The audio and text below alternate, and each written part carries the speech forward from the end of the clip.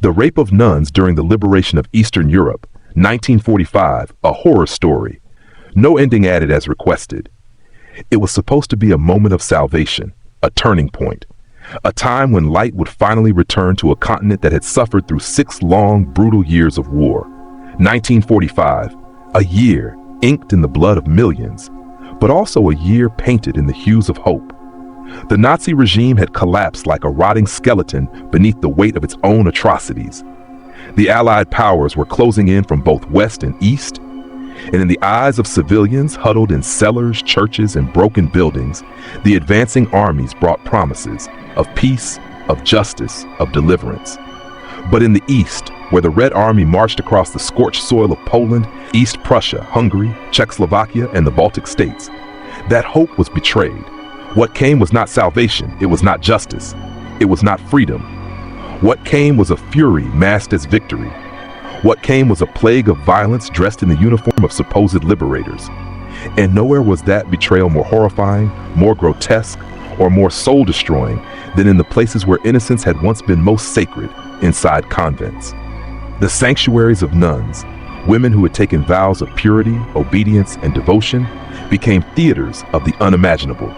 Places built for prayer and refuge became dens of terror. White habits turned red, psalms turned into screams. Sanctity shattered like stained glass under the boots of those who came not to liberate, but to violate. There is a silence in the history books about this, an absence as loud as thunder. You will not find these stories detailed in the glossy pages of school textbooks. You will not hear them told during wartime documentaries broadcasted on national television. You will not find statues raised in honor of these women. And yet, what happened to them is one of the darkest, most revolting stains upon the so-called victory of the Second World War. In early 1945, as the Soviet Red Army stormed across German-held territories, they did so under a narrative of vengeance. These were soldiers hardened by years of suffering on the Eastern Front, many of whom had seen family, villages, entire cities annihilated by the German war machine. Their anger was raw, justified in many ways. But what began as vengeance quickly devolved into madness, one that tore through civilians, homes, and convents alike. The stories of what happened are not myths. They are not rumors. They are recorded in diaries, whispered testimonies, hidden Vatican documents, and the suppressed reports of Red Cross workers, clergymen, and survivors who dared to speak, only to be silenced by a world that wasn't ready to listen.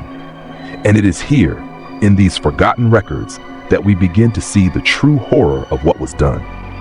Imagine a convent, once bustling with quiet devotion, sisters tending to orphans, prayers echoing through candlelit chapels, the scent of bread baking in old kitchens, the sound of gentle singing in the early morning, the distant toll of bells, a place where the world's cruelty was kept at bay by ancient stone walls and divine purpose. Now picture the fear that swept in when news arrived. The Soviets are coming. In the minds of many nuns, the Red Army was the lesser evil. The Nazi regime had already committed its share of atrocities, burned villages, mass executions, anti-Catholic brutality. So many thought, surely the Soviets will bring peace. Surely, as allies of the West, they must honor the dignity of the Church. Surely they must respect women who have renounced the world in the name of faith. But those hopes were ripped to pieces by the steel of bayonets and the fists of men drunk on power, vodka, and a warped sense of revenge. Convents were broken into. Wooden doors that had weathered centuries of storms were shattered in seconds. Altars defiled. Crucifixes pulled from walls. And the nuns, some elderly, some barely women, were dragged from their cells and chapels like animals to slaughter. There are testimonies, real, heart-wrenching testimonies, that speak of entire convents where every nun was raped, repeatedly, brutally. Some were raped as they lay dying. Others were raped in front of each other, forced to watch as their sisters screamed. In one case, a pregnant nun, already raped once, was raped again so violently that she died from hemorrhaging. In another, an abbess was forced to choose between her own violation or the mass assault of the younger sisters. She was raped anyway. And this wasn't an isolated incident. It was a pattern, a campaign of violation that swept through territories with grim consistency. Nuns in Silesia, nuns in Königsberg, nuns in the outskirts of Warsaw, from East Prussia to Slovakia. It did not matter their age. It did not matter their vows. It did not matter that they were unarmed, that they wore crosses, that they had done nothing but pray and serve and nurture. All that mattered in the eyes of these soldiers was that they were women. And the conqueror always takes what he wants. But it wasn't just the acts themselves. It was the silence that followed. The world turned its face away. The Allies, busy with parades and declarations of peace, chose not to hear the cries coming from shattered convents. When survivors tried to speak, they were told to be quiet for the good of diplomacy, for the good of the alliance, for the narrative of victory. Even in the Vatican, there were whispers, pleas to not let this be public, lest it incite backlash against the Soviets who had helped end Hitler's regime. And so the nuns, those who survived, carried their pain in silence. Some took their own lives. Others left religious life altogether, unable to reconcile their faith with the horror they had suffered. Some bore children conceived from violence, infants who reminded them every day of that night, and yet who were innocent of any crime. And many, too many, were simply never heard from again. Their names erased, their convents burned or closed, their voices drowned in the roar of tanks and the cheers of a liberated Europe. But we remember, we must remember, because to forget is to let the crime be committed again. To forget is to silence the women who were never allowed to scream in public. To forget is to say that their pain was less important than politics, less important than peace treaties, less important than the image of the Red Army that many still glorify without question. The horror of 1945 is not just in the statistics of war. It is not just in the craters left by bombs or the barbed wire of concentration camps. It is also in the unspoken horror inside convent walls, walls that were meant to protect the soul, but instead bore witness to its most brutal violation. Let us not deceive ourselves. War does not end when the guns go silent. It ends when the victims are heard, when justice is sought, when the last cry is finally acknowledged, not as a footnote, but as a chapter of truth. And the nuns who suffered in silence, they deserve more than prayers. They deserve memory. They deserve voices raised in their name. They deserve the world to know what happened behind those convent doors in the dark winter of 1945. We are not just speaking for the past. We are speaking to every war-torn corner of the world today, where women still suffer in silence, where faith is not a shield, where uniformed men use war as an excuse to destroy. This is not just history. This is a warning. They came draped in red banners, wielding rifles raised high, hailed as the hammer that would break the back of fascism. Their boots struck the frozen ground like thunder across the heart of Eastern Europe. Their tanks rolled through fields still scarred by Hitler's war machine. Their flags rose over bombed-out cities as symbols of victory, defiance, and redemption. The Soviet Red Army, liberators by name, but not always by deed. The world watched, breathless, as the tide of war finally turned. After years of carnage, injustice, and genocide, the Nazi regime was collapsing under the weight of its own evil. From the West, the Americans and British closed in with military precision.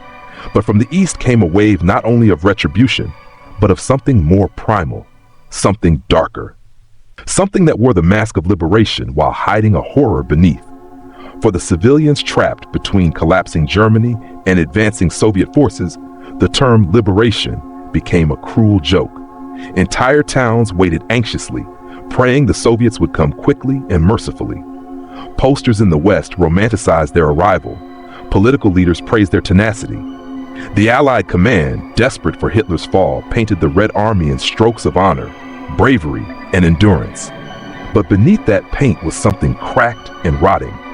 For many, especially for women, for the elderly, for the religious, this liberation would become a personal apocalypse. And it was never more grotesque than within the cloistered walls of convents. Imagine a village somewhere along the Vistula River. Snow falls softly upon the charred remnants of a German withdrawal. The air still reeks of diesel, smoke, and fear. Mothers hush their children. Old men shuffle into basements, rosaries in hand. And on the hill above the village stands a convent, its steeple crooked from a recent bombing raid. Inside, a dozen sisters kneel in silence, their breath visible in the cold. They pray, they wait, they hope. Then come the sounds, at first distant, the drone of tanks, the shouting of commands in Russian, boots on gravel, then closer. The sound of a gate being torn open, a wooden door cracking, screams, gunshots, and then silence broken only by the sound of sobbing. This scene, or one like it, played out again and again during the Soviet advance in 1945. The Red Army's arrival was supposed to signal the defeat of tyranny, but for hundreds of thousands, especially the women in religious institutions, it marked the beginning of another kind of enslavement, one not of ideology, but of the body, one not of state, but of spirit. How did this happen? The answer begins long before the tanks cross the Oder River. It starts with the dehumanization wrought by total war. Years of Nazi brutality had taught the Soviets to see Germans not as people, but as monsters. The propaganda was relentless. German women were fascist breeders, Nazi sympathizers, complicit in the horrors of the East. Even if they wore veils, even if they lived behind convent walls, even if they had never held a weapon or spoken a political word. But the justification didn't stop at ideology. The Red Army, fueled by vodka, trauma, and unchecked power, became a moving storm of retribution. Many soldiers had lost families, entire villages to the German invasion of the USSR. Now, with Berlin in sight, they saw not human beings, but the face of every loved one lost. And vengeance in their minds was not just a right, it was a duty. The leadership knew. Soviet commanders were not blind. Some issued orders to maintain discipline, but many more turned their backs. Stalin himself allegedly said, when confronted with reports of mass rape, "Can't we allow our soldiers to have a little fun?" Whether myth or truth, the sentiment echoed in the actions on the ground. Officers knew that morale mattered more than morality. What happened in the shadows of churches and nunneries was not a concern to men fixated on flags and lines on a map. The mask of liberation was well polished in public. Propaganda films showed soldiers handing bread to smiling children. Photographs captured smiling partisans shaking hands with Soviet generals. But behind the lens, there was a different reality, one in which liberation meant the right to destroy, to dominate, to erase identity.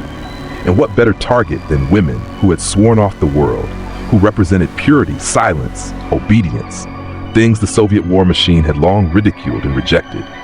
In Stalin's USSR, religion was already an enemy. Churches had been closed or destroyed during the purge, priests imprisoned, faith outlawed. So to these men, a convent wasn't just a shelter of women, it was a symbol of an old world. A world of Christian morality, hierarchy, and submission to something greater than the state. Destroying that world wasn't just permitted, it was, in the minds of some, a political victory. So they came into the convents, sometimes alone, sometimes in groups, sometimes entire battalions would descend upon a religious institution like wolves upon a sheepfold. Doors kicked in, altars defiled, crosses torn from walls. And then the nuns, many too old to run, others too young to fully understand what was happening, were taken. There are accounts of sisters lined up in courtyards, stripped and laughed at before being assaulted.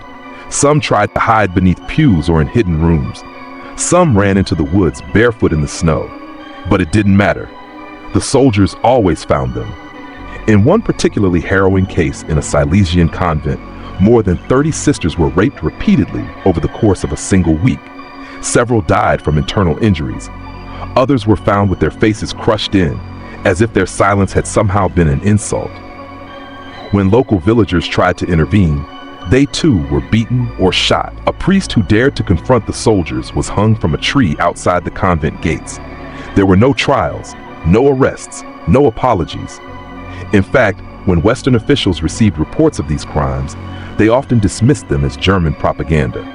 After all, the Nazis had committed so many lies, why trust anything from their side? And the Soviets? They were our allies. They were the heroes of Stalingrad, the liberators of Auschwitz. Surely they couldn't have done this, but they did. And in doing so, they revealed the dark truth of liberation. That freedom offered at the barrel of a gun, without accountability, can be as cruel as the tyranny it replaces. The nuns who lived through these horrors carried their scars in silence. Some left the religious life altogether. Others remained cloistered until their death, refusing to ever speak of what happened. One survivor, writing anonymously decades later, said, "They took everything from me, my body, my voice, even my faith. I do not know if God was there that night." And yet the silence wasn't just personal. It was institutional. Church authorities, desperate to avoid political fallout or further violence, often buried the reports. Vatican officials were briefed, but chose to keep much of it internal. Few spoke publicly. Those who did were often dismissed or ignored. The post-war world had no room for these stories. The focus was on rebuilding, on drawing new borders, on managing the Cold War that was rapidly emerging. The Red Army became the shield of communism, its crimes untouchable beneath the Iron Curtain of Soviet secrecy. Even decades later, when survivors began to speak out, many were met with disbelief, or worse, with accusations of betrayal. But the truth, once spoken, cannot be undone. And the truth is this: the Soviet invasion of Eastern Europe was not just a military operation. It was a cultural earthquake, a spiritual desecration. A moment when the liberators became the violators, and the symbols of peace became stages for horror. The nuns were not soldiers. They were not politicians. They were not combatants or collaborators. They were women who had renounced the world, who had taken vows to serve the poor, to educate children, to care for the sick, to pray for humanity. And yet, in the eyes of the soldiers who broke down their doors, they were nothing but flesh. And so, their sanctity was stripped away. Their devotion turned into suffering, liberation. That word still hangs in the air of history like incense in a broken chapel. But for the nuns of 1945, it was not a blessing. It was not a moment of salvation. It was a mask that hid cruelty, a mask that silenced screams, a mask that once removed revealed the face of war in its most inhuman form. And behind that mask, the world looked away. It began with a knock, a soft, almost reverent sound on the heavy wooden doors of the convent. The sisters inside, cloaked in silence and winter coats, gathered near the chapel altar. It was a night like so many others in those months of early 1945. The snow pressed against the window panes like the breath of death itself. The crucifix above the altar flickered in the candlelight, and distant explosions rumbled like angry gods across the horizon. The Mother Superior approached the doors slowly, holding a small brass crucifix in her hand. Behind her, younger sisters clutched rosaries or wooden crosses. Some whispered prayers in Latin. Others simply closed their eyes and waited. They had heard the stories. Every town to the east spoke of them in hushed, broken voices. The Red Army was coming, and with it not deliverance, but something far more terrifying. But this was a house of God, a sanctuary, a fortress not built of stone but of faith. Surely it would hold. But sanctity, as the world would soon learn, is not armor. With trembling fingers, the convent door creaked open, and in came the first crack in the sacred world these women had built. They came not as worshipers, not as liberators, not even as men, but as a force of invasion that cared nothing for the divine. Their breath stank of vodka and hunger. Their boots tracked in the mud and blood of distant battlefields. Their faces were etched with the trauma of 1,000 horrors, and yet gleamed with anticipation of a new one. They stepped into the convent not with reverence, but with conquest in their eyes. Within moments, the chapel, once the most sacred space in the entire village, was no longer a house of God, but a theater of desecration. The altar, carved over decades by monks and blessed with centuries of prayer, was overturned. Candlesticks were shattered, and the golden chalice of the Eucharist was stolen, tossed between drunken hands like a toy. One of the soldiers spat onto the floor and then urinated into the baptismal font. Another ripped the cloth from the tabernacle and wrapped it around his boots, laughing. The collapse of sanctity didn't happen all at once. It was methodical. It was slow. It was deliberate. It was like watching a cathedral fall brick by brick, not from an earthquake, but from hands that once claimed to be builders. The women were dragged from the pews and corridors one by one.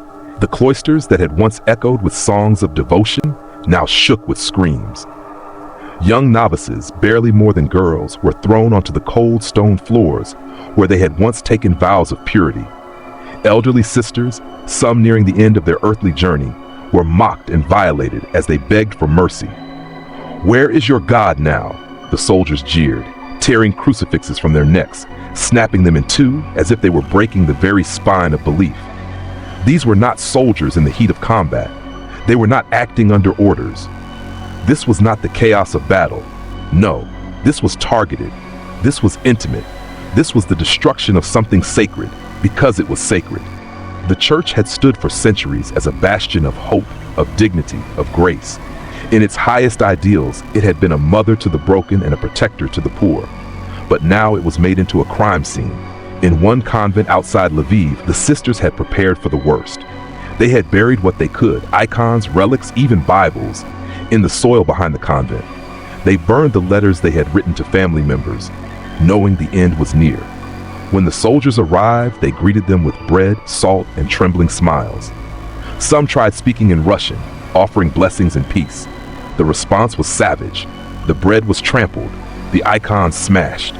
The youngest nun, just 16, was dragged into the nave of the chapel and raped beneath the statue of the Virgin Mary. 2 others followed.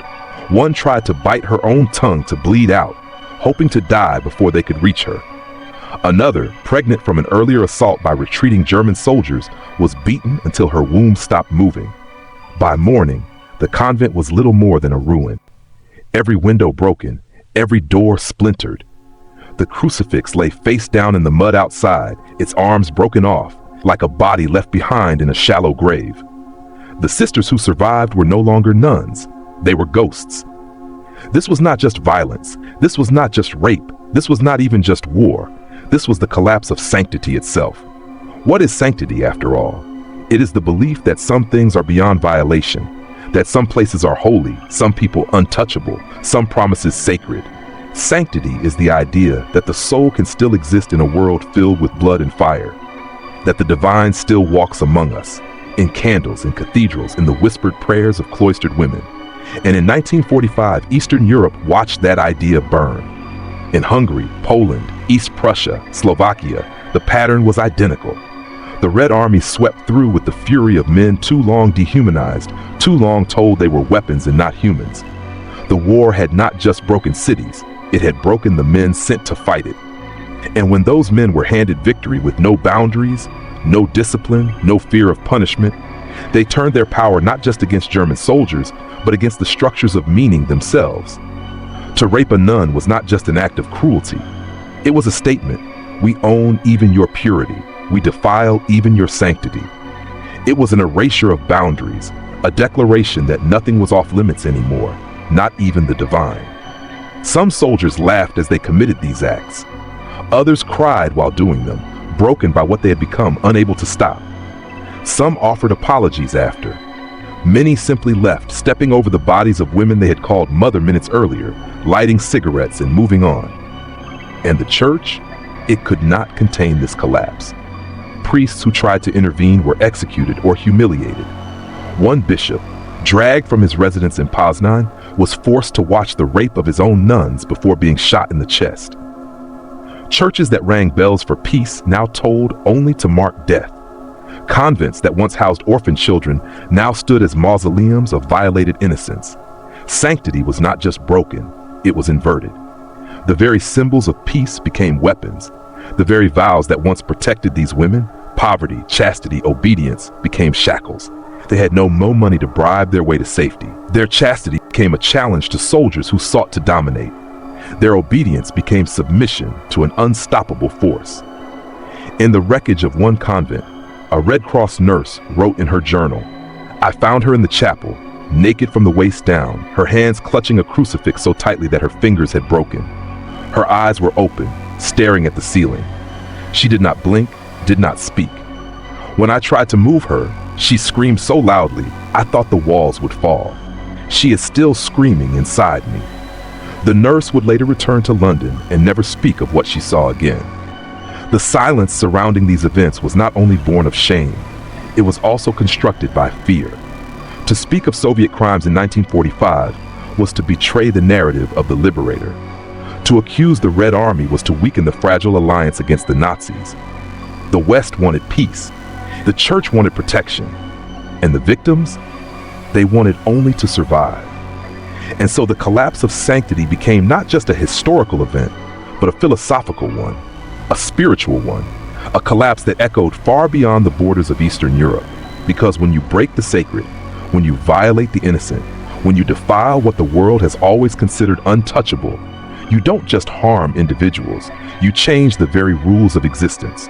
You announce that there are no longer boundaries, that anything and everything is permitted. In the aftermath, the convents were slowly rebuilt. The churches reopened. The sisters returned to their duties, quietly, solemnly. But the spirit had shifted. The aura of protection was gone. The world had proven that not even God's house could withstand the violence of men. In Rome, the Vatican sent secret envoys to assess the damage. Reports were written, locked away in archives. Some were destroyed. Others were hidden for decades. But the stories survived, in diaries, in letters, in the broken eyes of survivors. One of the most haunting testimonies came from a nun in Lower Silesia who wrote, "Before they came, I believed the body was the temple of the soul. Now I know the soul can be dragged out, kicking and screaming, and no one, not even God, will come." That one sentence speaks more truth than volumes of theology. The collapse of sanctity in 1945 was not just a war crime. It was not just mass rape. It was a metaphysical wound, a rift in the moral universe. The convents were supposed to be the last place where horror could not reach, but it did. And once it reached, it consumed. The question that remains is this: if the sacred is not safe, what then is? And that question still haunts the history of a continent, a church, and a world that dared to call 1945 a victory. Thick stone and timber, shaped by monks and stonemasons centuries before, laid not only for shelter but for sacred stillness. Within them, the world outside was meant to vanish. Wars could rage, empires could fall, but the convent was a world apart, a sanctuary where the only sounds were prayer, the echo of sandals across stone floors, the rustle of robes, and the soft, reverent breath of souls who had chosen seclusion in the name of God. And yet, in the year 1945, those walls began to cry. They didn't wail like sirens or break like glass. They wept in silence. They absorbed the screams, the gasps, the whispers. They swallowed the violence that history refused to record. They held the weight of shattered innocence, the thud of bodies collapsing in devotion and despair. They watched, mute and unblinking, as a darkness came that not even the stained glass saints could bear to witness. The convents of Eastern Europe, once islands of purity amid the rising sea of war, became places of unspeakable tragedy as the Soviet army swept westward under the banner of victory. These were not battlefields. These were not Nazi bunkers or partisan strongholds. These were homes of women who had renounced the world and all its sins. Women who had replaced family with sisterhood, freedom with obedience, comfort with sacrifice. They had no weapons. They had no escape routes. Their only armor was faith. And faith, it turned out, did not stop bullets or fists or lust. It began with a door. A single wooden door, centuries old, carved with the hands of faithful artisans who believed in divine protection. Behind that door, young novices practiced morning chants. Behind it, old nuns wrapped arthritic fingers around rosaries. Behind it, lives were lived in full devotion, hidden from the roar of war. But then came the boots, heavy, impatient, uninvited. And the door, once a symbol of spiritual separation, splintered open, not with reverence, but with rage. Soldiers flooded in like a tide of desecration. Not soldiers in discipline or formation, but fractured men. Many young, others scarred, some drunk, all broken by war. They entered not as liberators, not as humans seeking rest or shelter, but as wolves entering a field of lambs. The walls heard it all. They heard the crash of sacred relics shattering against the floor. They heard the jeers and laughter as centuries-old icons were defiled. They heard the first cries, a high-pitched, stifled scream as a novice was dragged by her habit into the choir room. The chapel, once a sanctuary of praise, echoed with the brutal music of violence, and the walls could not scream. They held their breath as one sister was thrown against them, her veil torn from her head, her mouth filled with the earth from a potted plant knocked over in the struggle. They absorbed her sobs, her muffled prayers, her final shudder as she lost consciousness.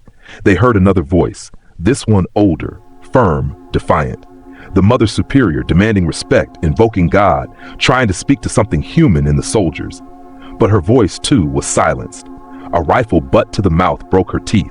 She fell to the floor. They took her anyway. The walls had heard joy once, laughter, the hum of a hymn, the soft plucking of a harp, the voice of a woman taking vows.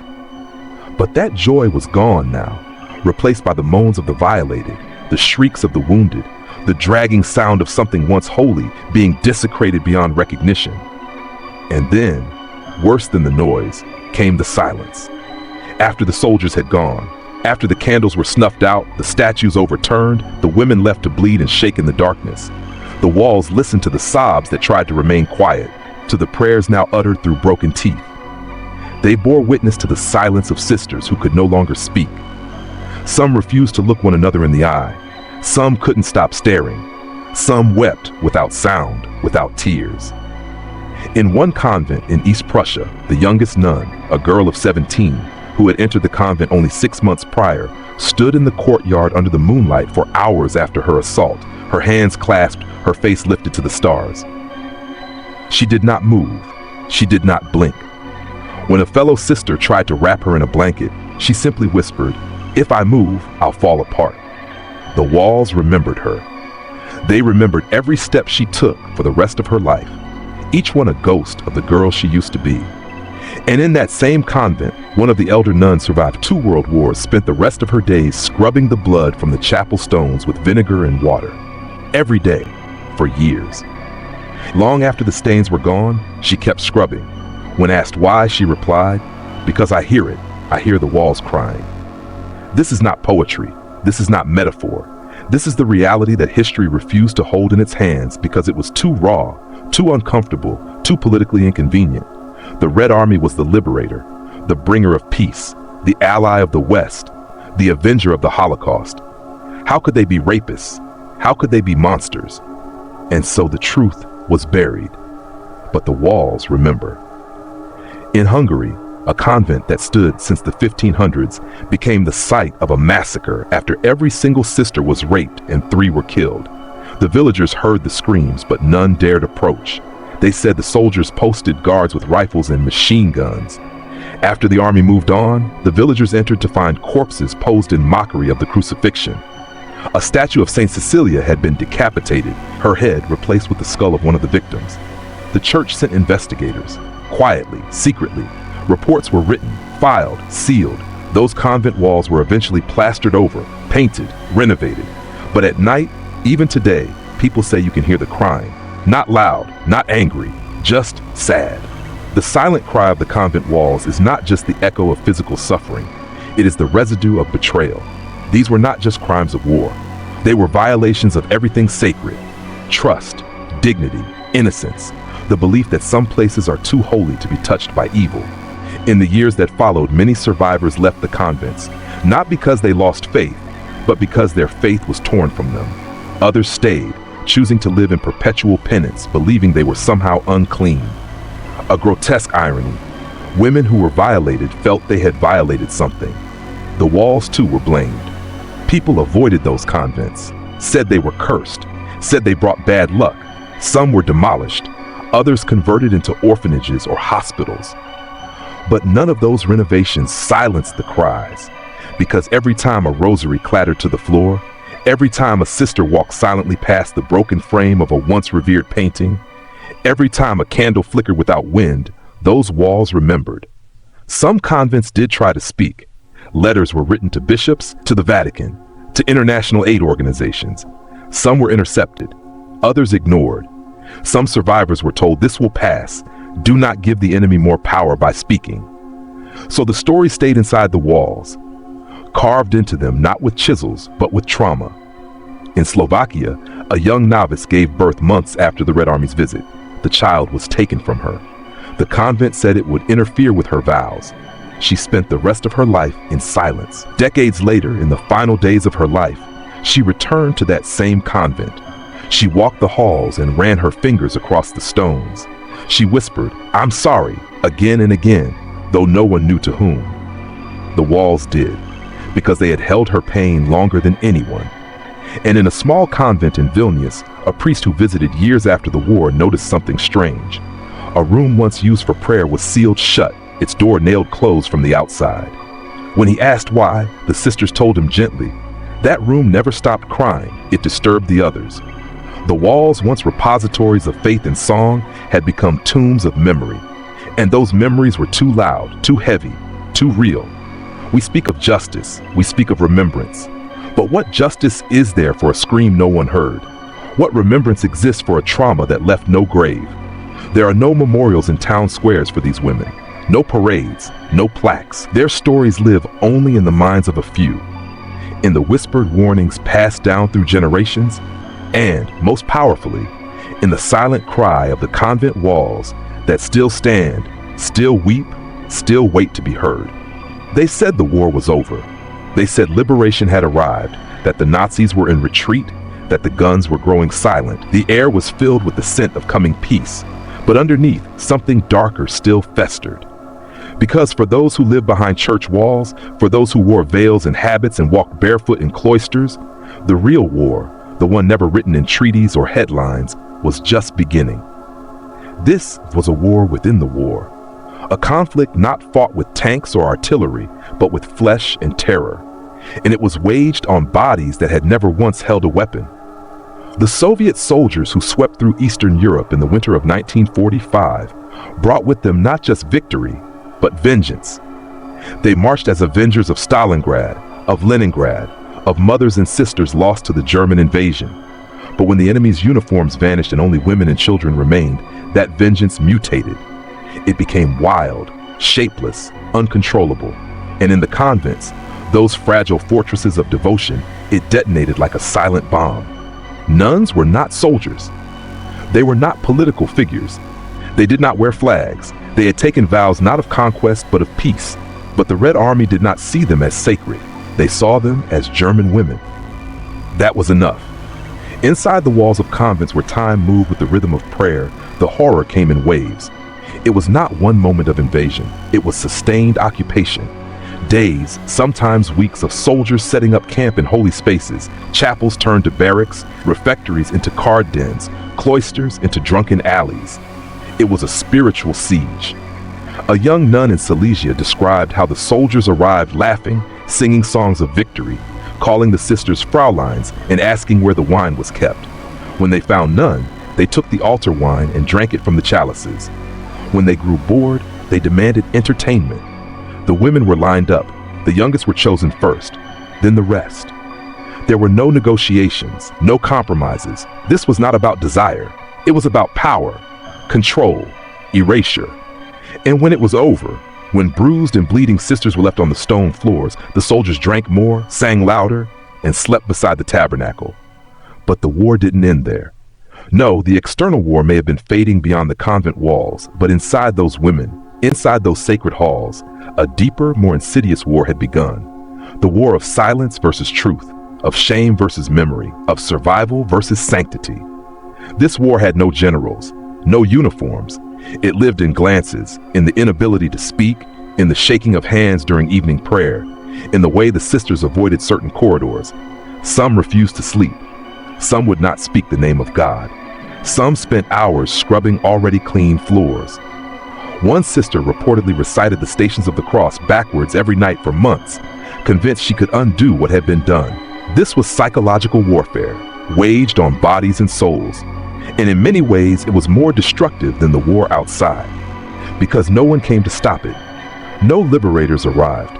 No flags were raised in the name of justice. The world moved on. The borders changed. The soldiers marched westward, and the church fell into a deep, complicit quiet. The Vatican knew. Bishops knew. A few whispered protests were made. Some letters were written. A few convents received orders to keep quiet for the good of all. Because how could one accuse the Soviets, heroes of the West, victors over Hitler, saviors of Auschwitz, of such monstrosities? How could one stain the myth of Allied triumph with the truth of these cloistered women's suffering? And so the war within the war raged on, in silence. Some convents became tombs, not literally, but spiritually, places where the sisters no longer sang, where the garden was never replanted, where the statues remained broken, where the Virgin Mary stood decapitated in the garden for decades, her body blackened by rain. In a convent in Hungary, the sisters refused to ring the bells for 10 years after the Red Army came. When asked why, the Mother Superior replied, "We have nothing left to announce to the world." Even the children could feel it. Orphans housed in the convents after the war reported a chilling quiet among the sisters. One girl said, "The sisters moved like shadows. They smiled, but their eyes were somewhere else. They never laughed." This wasn't just trauma. It was spiritual devastation. A theological bomb had gone off, and the debris was everywhere. Because what does it mean when the holy is violated? What happens to faith when the very body consecrated to God becomes a battlefield? One priest, visiting a damaged convent in East Prussia, wrote in his journal, "I looked into her eyes, and it was as though I was staring into the remains of a burnt cathedral. She was there, but something holy had been hollowed out." This was the war within the war, and it wasn't just in the victims. It lived in the survivors, in the sisters who didn't stop the soldiers, who hid, who did not die beside their fellow nuns, who felt guilt. One nun later confessed in an anonymous letter, "I watched them take her. I did nothing. I told myself I was praying, but I was hiding. When she returned, she held my hand and said, 'You are still pure.' I wanted to die." This war had no victors. It only had survivors. Survivors who walked with heads bowed, not out of humility, but shame. Survivors who believed they had failed, not just themselves, but their God. Survivors who left the convents and were never heard from again. Some took their own lives. Others became mute. Some disappeared into rural villages, cutting all ties with the church, with faith, with memory. And still, others stayed in those broken convents, tending to the ruins like gardeners in a graveyard, refusing to abandon what had been defiled. One sister, when asked why she remained in her convent after the war, replied, "Because if I leave, then evil wins twice. First by breaking us, then by making us forget." This is the war within the war, a war that exists in the cracks between history books, a war whose soldiers wore no insignias, a war whose victims still kneel beside unlit candles, whose stories never made it to the trials of Nuremberg, whose pain was wrapped in silence and labeled too complicated. But the pain remains, in the old convent walls, in the hollowed-out confessionals, in the missing pages of church records, in the unmarked graves behind chapels. The war within the war is the reason these stories still matter. Because for every tank that rolled through Berlin, there were footsteps in the cloisters. For every victory parade in Moscow, there was a chapel floor still wet with blood. For every photo of smiling soldiers with liberated civilians, there were veils discarded in dark corners of sacred spaces. This war had no heroes, only wounds, only ghosts. And perhaps one day, if we listen, if we care, if we refuse to forget, there can be something else. But not yet, because the war within the war is still being fought, even now. Silence is not always peace. Sometimes it's the deepest wound of all. Sometimes silence is the loudest betrayal. In 1945, as the fires of World War II dwindled into smoke and the world clutched desperately at words like freedom, liberation, and peace, another kind of war continued. One with no battles, no armies, no headlines. A war fought not on battlefields, but in the minds, the bodies, and the shattered faith of women whose only crime was having taken holy vows. And as their cries echoed behind convent walls, as their blood soaked into sacred stone, a second crime took root, one more insidious than even the violence they had endured. That crime was silence. The silence of those who knew and did nothing. The silence of institutions that chose preservation over truth. The silence of allies who weighed political strategy heavier than the screams of the violated. This was not accidental silence. It was engineered, cultivated, weaponized. It was an unholy bargain, a trade of truth for convenience, of justice for diplomacy. And its price was paid by the most innocent. The first silence, the sisters themselves. In the cold aftermath of assault, many nuns did not scream. They did not protest. They did not run. They knelt, in shock, in despair, in broken silence. For some, their tongues no longer worked. For others, their voices trembled too violently to form prayer. How do you speak when everything sacred has been desecrated? How do you name what has no name? How do you describe a night where God did not come? The very identity of these women had been built around obedience, modesty, self-denial. They were not raised to be warriors or witnesses. They were raised to disappear behind veils. And now, after what had been done to them, the shame was not just physical, it was cosmic. One nun, writing anonymously in a hidden letter buried and later found beneath a chapel stone floor in East Prussia, said, "I am now two people, the one who still lights the candles and the one who remembers how they were broken over my body. I do not know which one is real anymore." These women did not speak because they were never taught how to speak about this. To speak would be to scandalize the sacred. To confess would mean admitting that the sanctuary had failed. And so many said nothing, not because they didn't want justice, but because they believed, deep down, that they had been abandoned by the very God they had sworn to serve. The second silence, the Church. The Vatican knew. Whispers reached Rome as early as March 1945. Bishops in Poland and Hungary sent letters. Some begged. Others carefully phrased their pleas in theological code. But the message was clear. Our sisters have been defiled. What shall we do? The answer? Nothing. Or worse, bury it. Some bishops were told to classify the incidents as tragic but isolated. Others were reminded that the Church needed to maintain its influence in post-war Europe, especially behind what was becoming the Iron Curtain. To speak out against the Red Army, now hailed as the world's saviors, would be political suicide. So the silence spread. Reports were hidden in archives, misfiled, marked as sensitive, or potentially fabricated. In some cases, convents were quietly relocated. Nuns were told to pray for their violators and remember the vow of humility. Justice was not just denied, it was reframed as sin. Pain became proof of piety. Suffering became a test of faith. Silence became a sacrament. A senior bishop once said in private correspondence, "These are the sorrows the Lord allows. We must bear them as he bore the cross." But this was not crucifixion. This was complicity. In at least one documented case, the Church facilitated the transfer of over 24 survivors to remote monastic communities where they were instructed to observe permanent silence. No visitors, no outside letters, no mention of the war. Their trauma was not treated, it was exiled. And for decades, Church history made no mention of these crimes. The annals of saints were preserved. The biographies of bishops celebrated. The records of massacres, rapes, and desecration erased. The third silence. The Allies the West knew too. American and British intelligence received field reports from Red Cross workers, military chaplains, and local clergy. Some reports were detailed. Descriptions of convents turned to barracks, of nuns found dead in ritualistic poses, of entire orders vanishing without a trace. These reports made their way to diplomatic desks. And then they stopped. Because in 1945, the world needed the Soviets. The Allies needed them to take Berlin to help defeat Japan, to share the post-war burden. To expose Soviet atrocities at this time would fracture the alliance and jeopardize the fragile future of Europe. And so, silence. Franklin Roosevelt was briefed. Winston Churchill was told. Even Harry Truman, newly in office, was handed intelligence on Soviet behavior in Poland and Germany. And yet the official line remained: the Red Army is liberating Europe. What happened in convents to unarmed women behind stone walls was not a diplomatic priority. And so the official documents were either classified or discredited. Survivors who tried to testify were dismissed as traumatized or unreliable. Journalists who tried to pursue the stories were told to focus on Nazi atrocities. Because politically, there was no room for moral complexity. There were only good guys and bad guys, only victory and defeat. There was no column for truth that costs us something.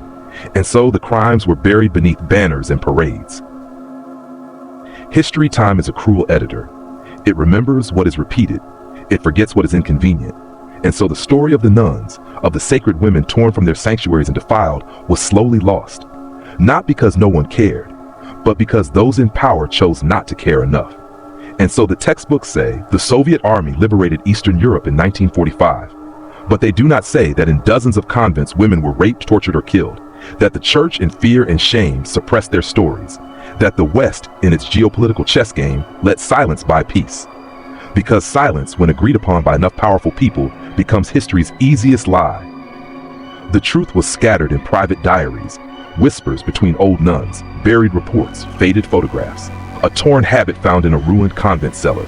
And even now, many historians refuse to confront it. Why? Because to do so is to admit that victory came at the cost of virtue, that heroes committed horrors, that the sacred was not spared by liberation. The cost of silence. This unholy bargain, this silence, was not just the absence of words, it was the absence of healing. Because silence does not prevent suffering, it prolongs it. Survivors who were never allowed to speak became shadows of themselves. Some developed psychosis. Others took vows of penance so extreme they nearly starved to death. Entire generations of women entered religious life never knowing the truth of what had been hidden. And the nuns who lived through it, many went to their graves believing that what had happened to them was their fault. This is what silence does. It makes the victim carry the shame of the crime. It transforms trauma into identity. It teaches generations that some stories are too dangerous to tell, even when they are true. A sister's testament.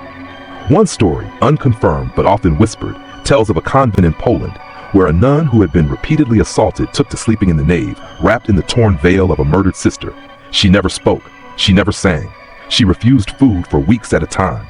But every morning, at the exact same hour, she would light a candle, walk barefoot across the chapel stones, and kneel before the altar. And she would whisper one sentence: "I remember." That was her rebellion, her monument, her war cry. Because in a world of silence, to remember is to resist. To refuse to forget is to declare that the holy was not completely destroyed, that something, anything, survived. The silence today, decades have passed. Most of the women are gone now. Their bodies returned to the earth. Their convents turned into schools, museums, cafes. Their stories still sealed in dusty archives or lost to time. But the silence remains. It lingers in every refusal to speak, in every history book that skips a chapter, in every apology that was never made. And until that silence is broken, until the truth is spoken fully and without fear, the unholy bargain remains intact. A lie preserved for convenience, a truth sacrificed for diplomacy, and the sacred left bleeding behind walls that were never meant to witness such horror.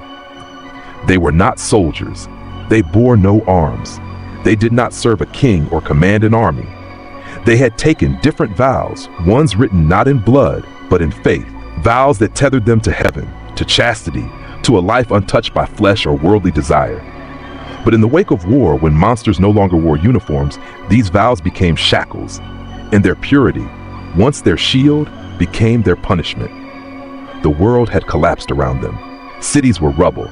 Flags changed daily. But inside the stone walls of convents, the rhythm of prayer still persisted. Even as the Red Army advanced westward, even as rumors of atrocities trickled in from ruined villages, the nuns knelt, fasted, and sang. They lit candles for peace. They believed, perhaps naively, that the sacredness of their lives would protect them. They were wrong. The vow of chastity, a sacred covenant. To understand the horror, one must first understand what was taken. A vow of chastity is not simply the absence of sex. It is the renunciation of the body's dominion. It is the offering of one's very flesh to God. Every heartbeat, every breath, every cell is devoted to something eternal. To break that vow isn't merely a violation, it is a spiritual death, an annihilation of identity. So when the soldiers came, drunk on conquest, broken by war, and armed not just with rifles but with rage, their targets were not just women, they were symbols. To desecrate a nun was to conquer not just a body but an idea. It was to tear down the very notion of sanctity. It was to mock faith itself. The arrival of the uninvited. They came at dusk, not in formation, not with fanfare, but like a sickness moving through the bloodstream of Eastern Europe. The iron gates of convents meant nothing to them. Chapel doors were kicked open. Sacred robes were torn apart. They didn't ask questions. They issued orders. Lie down. Take off the veil. Don't scream. In East Prussia, in a convent hidden behind a forest, one sister was pulled from evening prayer and thrown against the marble altar. Her hands, still clasped in prayer, were forced apart. She cried out, not in fear, but in pleading. "Please, I belong to God." The soldier laughed. "Tonight, you belong to me." He tore her habit in half. She fought, she bit, she prayed, but he didn't stop. And when it was over, she crawled back to the altar, her blood staining the steps, her hands trembling as she reached for the crucifix. She was found in the morning, still kneeling, whispering the same 3 words over and over: "I am broken." Sisterhood in suffering. The convents became houses of shared trauma, rooms where women nursed each other's bruises in silence, where nuns who had once taught scripture now held the hands of the assaulted and sang lullabies to drown out sobs. There was no time to process, no therapy, no priests who could understand, because what confession could absolve this? "I have been raped" was not a line in the catechism. And for many, the shame was unbearable. Some blamed themselves.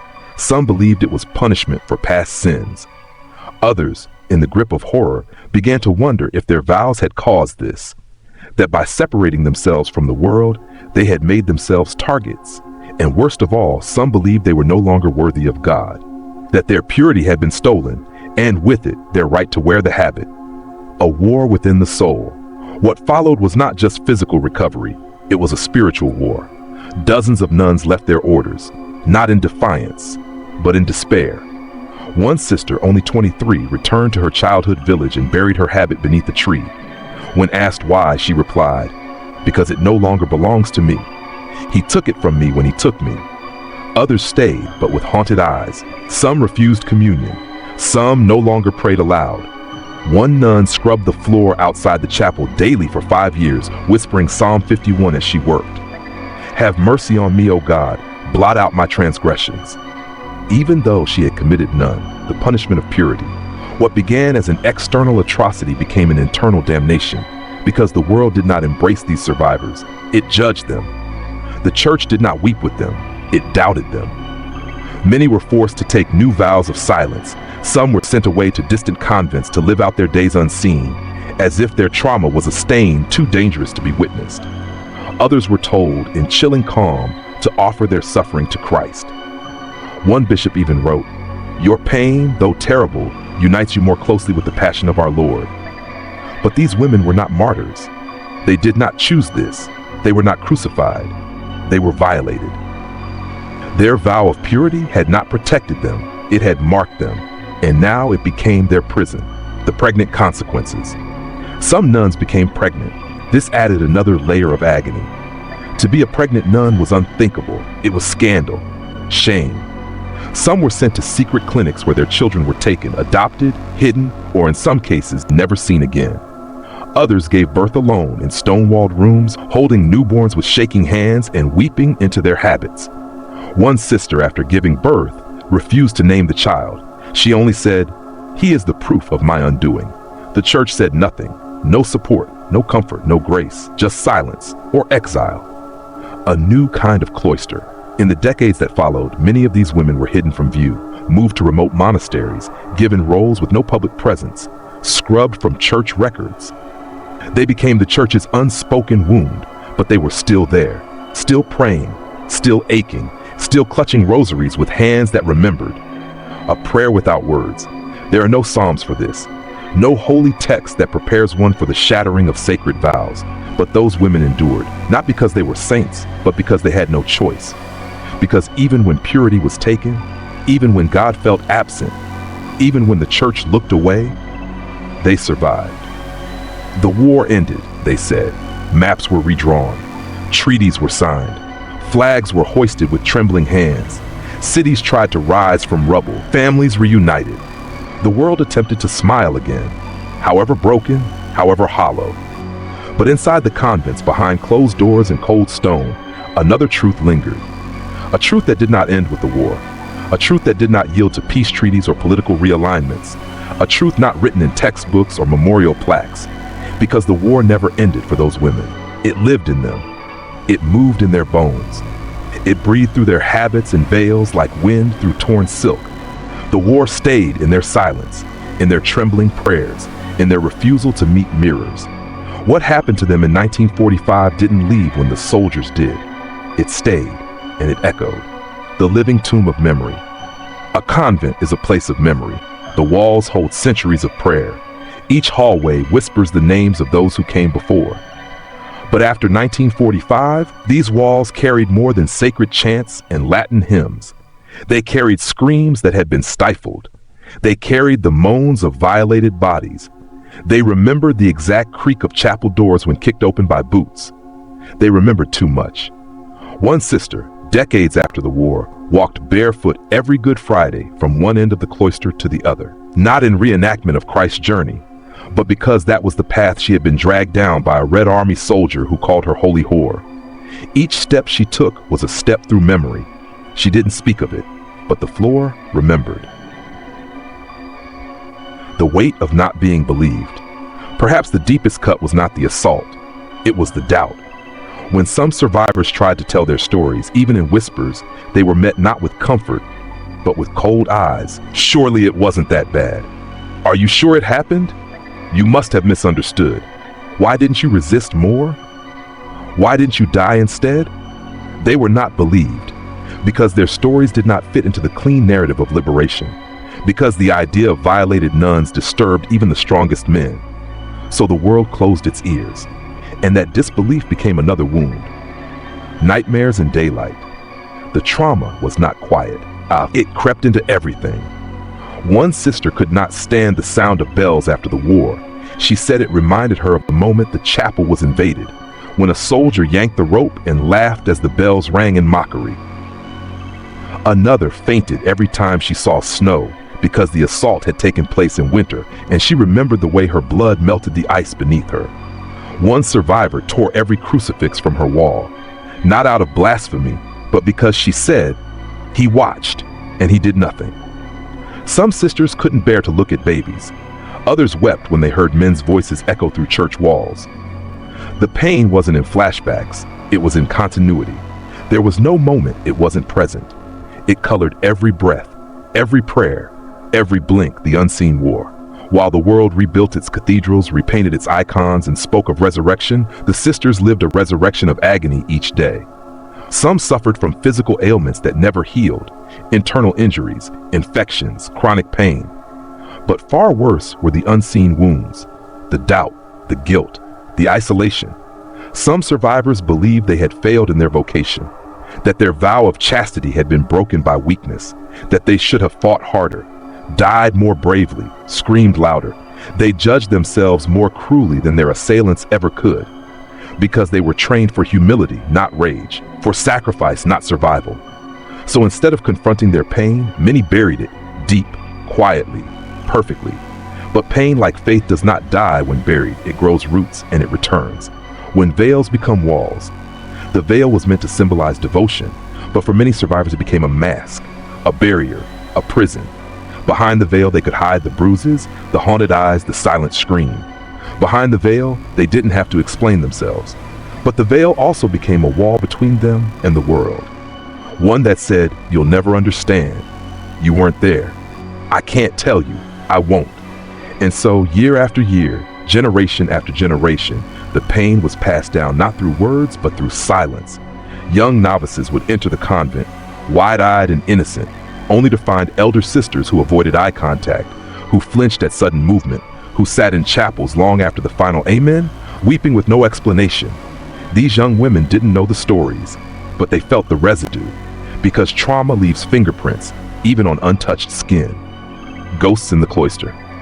In some convents, they speak of hauntings, candles that flicker for no reason, footsteps in empty halls, the sound of weeping where no one stands. Whether these are spirits or memories, no one knows. But those who live in those convents, those who sweep the same floors, sing in the same chapels, sleep in the same dormitories, they know. They feel it. One sister said, "There is a room we do not use, not because of superstition, but because the air in there has never healed." Another said, "I've never seen her face, but I hear her. At 3 a.m., the same hour every night. Just one word, why?" These ghosts aren't from myth. They are real. And they are us, not healing. Some women lived into old age. They gardened, taught, lit candles, smiled at children, but they never truly healed, because healing requires acknowledgement, and they were never allowed that. No reparations, no apologies, no justice, not even names carved into stone. Only memories, only questions, only silence. One nun in her final years wrote in her journal, "I survived, but I am not healed, and I do not know if I ever will be." But still, she prayed, not because she believed God would fix it, but because she had nothing else. A new generation, an old echo today. The convents stand still. Some are museums, some are schools, some are abandoned. But the story, the real story, still breathes behind those stones. A young novice once asked her superior why there were no portraits of certain sisters. The answer? Because we do not speak of what was taken. But that's not good enough, because silence is a form of violence too. Because forgetting is not peace, it is permission. And because those sisters, those survivors deserve more than a passing prayer. They deserve memory. They deserve rage. They deserve justice, even if it comes too late. Faith is supposed to flow quietly, like a soft river through the soul. But what happens when that river runs red? What happens when belief is no longer a comfort, but a weight you carry with trembling hands? When the symbol of peace, the cross, sits heavy on a chest that still aches from being forced to the ground? This is the story of the blood that never washed away, the stains that could not be scrubbed from marble floors, the veins where faith and trauma now run side by side, indistinguishable. It is not just a story of what happened to the body, it is the story of what happened to the spirit, and how sometimes they both bleed in silence. When blood touches the holy, the first drop of blood fell on the altar, not during martyrdom, not during sacrifice, but during desecration. A soldier, drunk on stolen wine, struck a sister in the face with the butt of his rifle. She fell across the altar, split her lip on the marble edge, and the blood soaked into the linen cloth beneath the chalice. That linen had once caught the wine of Eucharist. Now it held a stain from violence. That single drop changed everything, because it proved that even the holy was not immune. Even the sacred could be soiled. The sisters tried to clean it. They boiled the linen, scrubbed it with ash, prayed over it, but the stain remained, and so they buried it, folded it in silence, placed it in a small wooden box, and sealed it behind a loose stone in the chapel wall. Not as evidence, but as a memorial to the first drop, to the beginning of the end. Veins of the survivors. The women survived, but not all of them lived. Some walked again, talked again, sang again, but the damage ran in their veins like a second bloodstream, coiled like barbed wire just beneath the skin. They couldn't explain it. The nightmares, the flashbacks, the sudden anger, the shame. So they spiritualized it.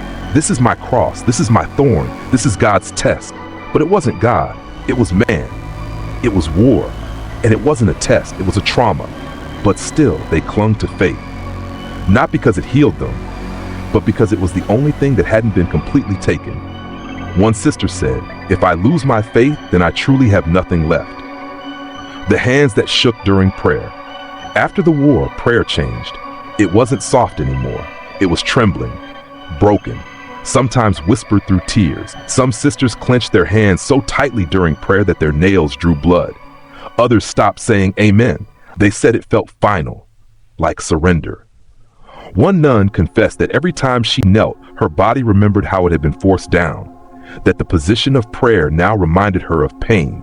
And yet, she still prayed, because even in betrayal, she needed to believe that someone saw, someone wept, someone cared, even if it wasn't the church, even if it wasn't the world, even if it was only God. The blood that was denied, they bled, and no one acknowledged it. Not the Soviets, not the Allies, not even the church. There were no war crime tribunals for the desecration of nuns, no reparations, no shrines. Their blood became invisible, unwritten, unrecognized, and yet it continued to pulse beneath the surface of Europe's so-called peace. One historian, decades later, discovered a journal from a nurse who had treated nuns after the war. It read, "They bled more than soldiers, not from wounds of war, but from wounds of silence. Rituals of survival. Some convents developed strange new rituals. They were never spoken of as such, but they were acts of survival disguised as tradition. One convent rang its bells 4 times at dawn instead of 3. The reason was never explained. But an old sister once whispered, the 4th was for the ones who didn't wake. Another convent kept a single candle lit in the chapel 24 hours a day, regardless of power shortages or lack of supplies. It was called the candle of the witness. No one dared to let it burn out, even in poverty, even in winter, even when there was no wax left. Because if that flame died, it meant they'd given up remembering, and they couldn't afford that. The legacy of the wound. Wounds heal, but scars remain. And some of those scars are passed down. Young nuns who entered decades later could still feel the echo, the unease, the things not said. They noticed how older sisters avoided certain rooms, how they reacted to thunder, to loud laughter, to the smell of vodka. They didn't know the stories, but they knew the pain. One novice wrote in her journal, "It's like there's a ghost here, not a person, but a feeling." That feeling was blood memory, pain, passed like scripture, trauma, preserved like relics. A theology of ruin. The church never developed a theology for this. There were sermons for suffering, liturgies for the dead, benedictions for war. But what of violated holiness? What of desecrated devotion? What of women who gave everything to God and were repaid with violence? There was no doctrine for that. And so the women made their own, in silence, in ritual, in private tears and unspoken solidarity. They stitched faith back together with bloodied thread. And even when belief failed them, they continued. Not because they were saints, but because they refused to let the blood be meaningless. In the shadowed corners of forgotten convents, in the silent folds of habits left hanging on rusted hooks, in the wax-dripped stone chapels where no prayers have been spoken in decades, a memory breathes, It does not ask to be remembered. It does not cry out to be told, and yet it remains. This is the memory that refused to die, not because it was preserved, but because it was never laid to rest. Part 1. The Scent of What Was Buried. In Poland, there's an abandoned convent at the edge of a forest, one where no tourists visit. Its gates are broken, ivy climbs the walls, and moss has replaced the garden once tended by holy hands. Inside, the air is thick with dust and silence, but beneath that silence lies something more. A scent, not of rot, not of mold, but of memory. Old prayer books with cracked spines sit open on pews. Veils hang like forgotten promises on rusting hooks. A small wooden crucifix lies face down on the floor, as if even Christ could not bear to watch what happened here. These are not relics. They are reminders that faith was defiled, that sanctuary was breached, that purity was punished, and that even now, long after the last scream fell silent, the space itself remembers. Part 2. When history closes its eyes. They called it liberation. The world cheered, streets filled with dancing, flags waved in triumph, newspapers praised the Red Army. But behind the convent walls where no headlines reached, liberation looked very different. It looked like blood on altar cloths, like bruised faces turned to the sky, asking why. Like silence so deep, it drowned prayers before they could be spoken. And yet, history closed its eyes. The books did not write of this. The generals did not speak of it. The church sealed it away in files labeled sensitive, because the truth was too shameful, too complicated, too inconvenient, and so what should have been mourned became ignored. But memory does not obey silence. Have Part 3, The Nun Who Spoke to No One. In 1971, a journalist interviewing survivors of the Eastern Front stumbled upon an old nun in a quiet village. She was 82, blind in one eye, hands gnarled from arthritis, but her back was straight, her eyes sharp with something ancient. He asked her if she remembered the war. She said nothing, but then she stood, walked to a drawer, and pulled out a single slip of paper. She handed it to him.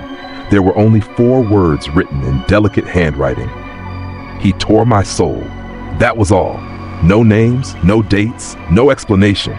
Just those words, written like a tombstone etched for a life that never healed. She took the paper back, placed it in a box of rosary beads, and whispered, "We were many." And then she said nothing more. Part 4, A Memory Carried in Flesh. For many of the sisters who lived through the horror, memory was not a thought. It was physical. It lived in their hands that shook during prayer, in their refusal to look in mirrors, in the nightmares that returned every spring when the snow melted and the memories thawed. One sister, years after, confessed to writing her trauma into the margins of scripture pages, not in ink, but with her fingernails. Every time she heard a man's laughter echo too loudly, she would find the page with the crucifixion and scratch a line into the paper. She called them her echoes, dozens of pages, clawed into oblivion, not to destroy them, but to say, "I was here and I remember." Part 5, The Candles That Wouldn't Die, soft, rising in emotion. In a convent in Belarus, survivors of the 1945 invasion made a pact. 1 candle lit for each woman who never spoke again. 37 candles. They were lit every night without fail, even during blizzards, even during power outages. Even when the convent ran out of bread, the sisters would fast, but the candles would burn. They became more than light. They were testimony. They were names. They were memory that flickered but never failed. Until one night in 1986, a windstorm shattered the chapel window. Rain poured in. The wind howled like the war had returned. But in the morning, the candles still burned. Not one had gone out. The sisters wept not because they believed in magic, but because they believed that something still remembered. Part 6, The Whisper That Passed Through Generations. They didn't tell the new novices, not directly, but the truth bled through anyway. In the way older nuns winced when the chapel door slammed. In the way some refused to remove their veils, even in private. In the rules that made no sense, like avoiding the western corridor after dark. One young novice found a rosary with strange symbols carved into each bead. When she asked what they meant, her mentor simply said, "They're prayers not found in books." Over time, these whispered traditions became folklore, but they weren't myth. They were memory, encoded in ritual, passed down like blood through spiritual veins. A quiet lineage of pain held together by faith and by the refusal to forget. Part 7. The Walls That Bled. Narrator. Haunting visual. Some walls hold secrets and some bleed them. In one German convent, cracks appeared in the chapel wall exactly 40 years after the soldiers had come. At first, it was dismissed as age, but then red streaks began to form. Not paint, not rust, but a reddish stain that no one could explain. Tests were inconclusive. The priest said nothing. The archdiocese ordered renovations, but the sisters refused. They kept the cracks. They cleaned around them. They called the streaks the veins, not because they believed in miracles, but because they believed in memory. The wall, they said, had seen what they could not speak, and now it remembered for them. Part 8. The Grave with No Name. Behind a convent in Lithuania, there's a grave marked only by a stone cross. No name, no dates, no epitaph. Just one line carved into the base. For she who was silenced.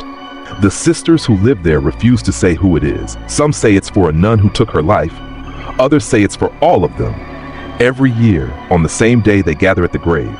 They do not sing, they do not weep. They simply stand, silent, hands clasped, eyes closed. And for those moments, the entire convent goes still. Even the birds seem to know, because some griefs are not meant to be named, only remembered. Part 9. A question still unanswered. Why? Why them? Why did the world turn away? Why did the church bury the truth? Why did silence become the price of survival? These questions remain unanswered, not because they're unanswerable, but because answering them would mean confronting what was allowed to happen. It would mean naming the shame, opening the files, looking into the eyes of the past, and admitting we abandoned the holy. It would mean no longer calling it liberation when it came with the desecration of the sacred. And so, the questions remain, and the memory, unanswered, unhealed, refuses to die. Scene fades to black, sound returns. Behind every convent door, in every flickering candle, in every unexplained silence during Vespers, there is a memory. It does not ask for justice. It does not demand vengeance. It asks only not to be forgotten, because memory is the final sanctuary. And this horror, this wound, this echo behind the veil must not be erased. And in the years that followed the rape of sanctity, when the bodies of holy women lay broken, when their souls trembled inside ruined chapels, when they reached for comfort, justice, voice, that silence came, not from their sisters, not from their hearts, but from the very place they believed would never turn away, the church, the sacred institution they had given their lives to, the altar they had bled for, the cross beneath which they had made vows of purity, sacrifice, obedience. It turned its face and spoke not a word. Part 1. A deafening absence. In 1945, convents across Eastern Europe stood in ruin, not from bombs, but from the unspeakable. Dozens, no, hundreds of sisters had been assaulted. The physical wounds healed slowly. The spiritual ones never did. And as they waited for a letter, a visitor, a message of mourning or solidarity, nothing came. The Vatican issued no statement. Bishops remained mute. Parishes turned their prayers to victory, not victims. The women waited at chapel doors like children for a parent that would never return. Not because the church did not know, but because it chose not to know aloud. Part 2. Archives that whisper the truth. Narrator, investigative tone. In a private archive beneath a Roman monastery, there exists a folder, no title, no cover. Inside, first-hand reports, letters from nuns begging for help, witness accounts from priests, photos, medical reports, even confessions. All stamped, filed, not for public release. It wasn't lack of knowledge, it was strategy, a decision made behind oak doors and gold crosses. This must not reach the faithful, because truth when holy hands are defiled is bad for faith, because acknowledging horror might threaten the illusion of divine protection. So, they locked the truth in drawers, and the sisters were told to pray harder. Part 3. The Doctrine of Disbelief. Narrator. When survivors did speak, the first answer was not compassion. It was doubt. Are you sure? Did you resist? Are you exaggerating? Some bishops implied the women had misunderstood what happened to them. Others demanded silence to avoid scandal. One letter from a Polish archdiocese to a convent reads, "Let not these unfortunate events distract us from our mission. Purity can still reside in a soul that repents. Let them remain cloistered and let this pass." Let this pass. As though rape were weather. As though defilement were something that could be washed away with incense and a hymn. And so, disbelief became the second violence, the soul's violation, the institutional abandonment. Part 4. Exile in the name of purity. Some nuns became pregnant, and then the real silence began. These sisters were removed from convents, sent to spiritual retreats in rural monasteries, sometimes with no explanation to their peers, sometimes without names on their records. Their children were taken, some adopted, some vanished. The mothers were told, "You may have failed your vow, but God forgives, and forgetting is holy." But it wasn't forgiveness. It was concealment. A mercy shaped like punishment. Because for the church, appearance mattered more than acknowledged. Part 5. The Theology of Suffering. Narrator. The church did speak, but not in the way the sisters needed. It told them, offer your suffering to Christ. Think of the passion. Unite your pain with His. As though trauma were sacred, as though rape could be sanctified. One nun wrote in her journal, "I do not want to carry His cross. I want to live without bleeding." But theology has long glorified the bleeding woman. And so the raped nuns became mystics of horror, living martyrs, bearers of wounds that could be revered but never addressed. Part 6. The Confession. They were never given. Confession is a sacrament. It offers cleansing, relief, closure. But for these women, there was no confessor, because the sin was not theirs, and yet they felt the guilt. They asked, should I have died instead? Did I tempt Him somehow? Have I failed God? But the church had no words for victims, only for penance. So they did not kneel in confessionals. They knelt in gardens, in empty chapels, whispering their shame to statues, waiting for forgiveness they never needed, but always begged for. Part 7. A Pope who never wrote back. In 1947, a letter was sent to the Vatican by a coalition of Eastern European abbesses. It described in veiled but desperate language the atrocities. It asked for acknowledgement, for mourning, for guidance. The letter was received, stamped, filed, and never answered. Not publicly, not privately. The Pope remained silent. He addressed the rebuilding of Europe. He praised the bravery of soldiers. He urged prayer for nations torn by war, but he never once uttered the word rape. Part 8. The Cloister of Silence. Narrator. As if inside a sacred space. And so the convents became mausoleums, places where the church buried not bodies, but stories, where silence was imposed like a vow, where healing was sacrificed on the altar of reputation. Many nuns took that silence to their graves, not because they wanted to, but because they were told it was holy, that speaking was rebellion, that remembering was a threat. So they smiled in photographs, held candles at midnight mass, and buried their pain beneath layers of ritual. And the church called it obedience. Part 9. The Echo That Will Not Die. But memory is stronger than silence. In recent years, the sealed archives began to open. The letters resurfaced. The truth began to drip through the cracks. And still, the church hesitates. There has been no mass, no shrine, no declaration of mourning. Only unofficial whispers. Scholars piecing stories from silence. Historians scraping through footnotes. And the world begins to ask, why did you not speak? Why did you not weep with them?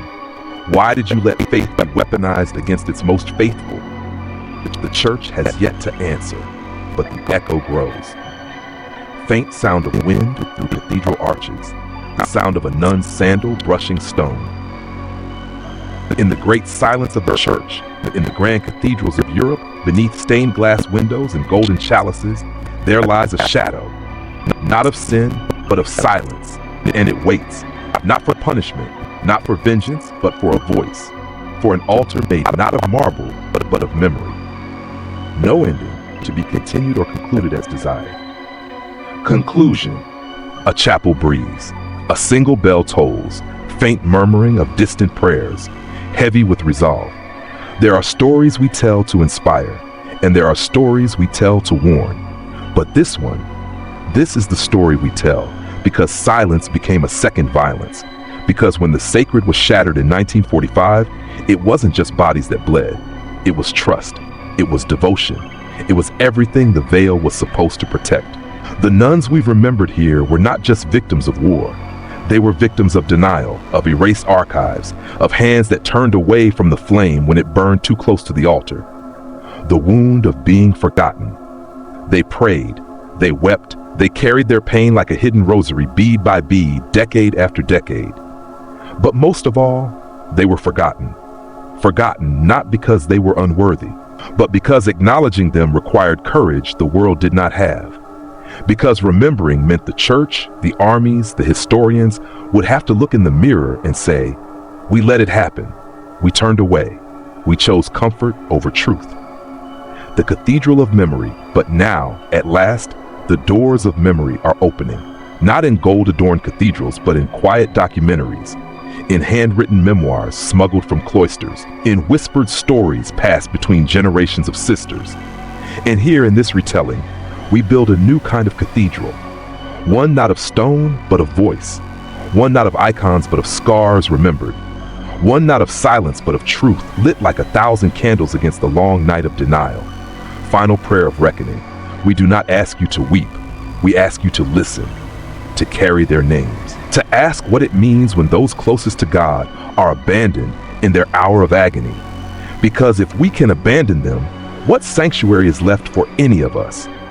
And so we end not with closure, but with commitment, that this horror will not be buried again, that no veil will be used to cover a wound, that remembering is the first step toward repentance, and maybe, just maybe, toward redemption.